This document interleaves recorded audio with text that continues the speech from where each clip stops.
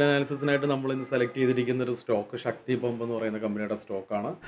ഒരു സമയത്ത് വളരെയധികം ഫേവറേറ്റ് ആയിട്ടിരുന്നൊരു സ്റ്റോക്കായിരുന്നു ഇൻവെസ്റ്റേഴ്സിൻ്റെ. ഇപ്പോൾ അതിൻ്റെ ഓൾ ടൈം ഹൈയിൽ നിന്ന് നല്ലൊരു കറക്ഷൻ നടന്നു, ഏകദേശം ഒരു 60% കറക്ഷൻ നടന്നിട്ട് താഴെ വന്നിട്ട് നിൽക്കുകയാണ്. അപ്പോൾ കഴിഞ്ഞ വീഡിയോയിൽ, മുമ്പൊരു വീഡിയോയിൽ നമ്മൾ ട്രാൻസ്ഫോമേഴ്സ് ആൻഡ് റെക്ടിഫയേഴ്സ് ഇന്ത്യ ലിമിറ്റഡിൻ്റെ വീഡിയോയിൽ പറഞ്ഞതുപോലെ അതേപോലെ ഒരു സെറ്റപ്പാണ് ശക്തി പമ്പിലും കാണുന്നത്. നല്ലൊരു കറക്ഷന് ശേഷം ഒരു ഹ്യൂജ് വോളിയം ബൈ കഴിഞ്ഞ ആഴ്ചകളിലൊക്കെ അതിൽ 1-2 ആഴ്ചകൾക്ക് മുമ്പ് അതിൽ നടന്നിട്ടുണ്ട്. ആ ഒരു ഹ്യൂജ് വോളിയം ബൈക്ക് ശേഷം പ്രൈസ് ഒരു റേഞ്ചിൽ കൺസോളിഡേറ്റ് ചെയ്യുകയാണ്.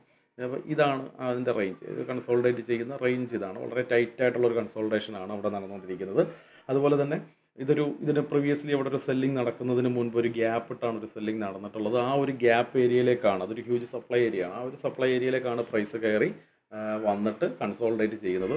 സോ ഇത് ഇവിടെ നിന്ന് ഇനി ഒരു മൊമെൻറ്റം കിട്ടുകയാണെങ്കിൽ മുകളിലേക്ക് കയറി പോകാനുള്ള സാധ്യത ആയിരിക്കാം കൂടുതൽ. ഇവിടെ നമുക്കൊരു SL പ്ലാൻ ചെയ്യണമെങ്കിൽ തന്നെയായാലും ഈ ഒരു റേഞ്ച്, ഈ ടൈറ്റ് കൺസോളിഡേഷൻ നടക്കുന്ന റേഞ്ചിൽ അത് മൾട്ടിപ്പിൾ ടൈം സപ്പോർട്ട് എടുത്തിരിക്കുന്ന ആ ഒരു പ്രൈസ് ലെവൽ ഒരു 700 695 റേഞ്ചിലൊക്കെയാണ്. അപ്പോൾ ആ ഒരു റേഞ്ചിലൊക്കെ നമുക്ക് വേണമെങ്കിൽ നമ്മുടെ ഒരു SL പ്ലാൻ ചെയ്യാം.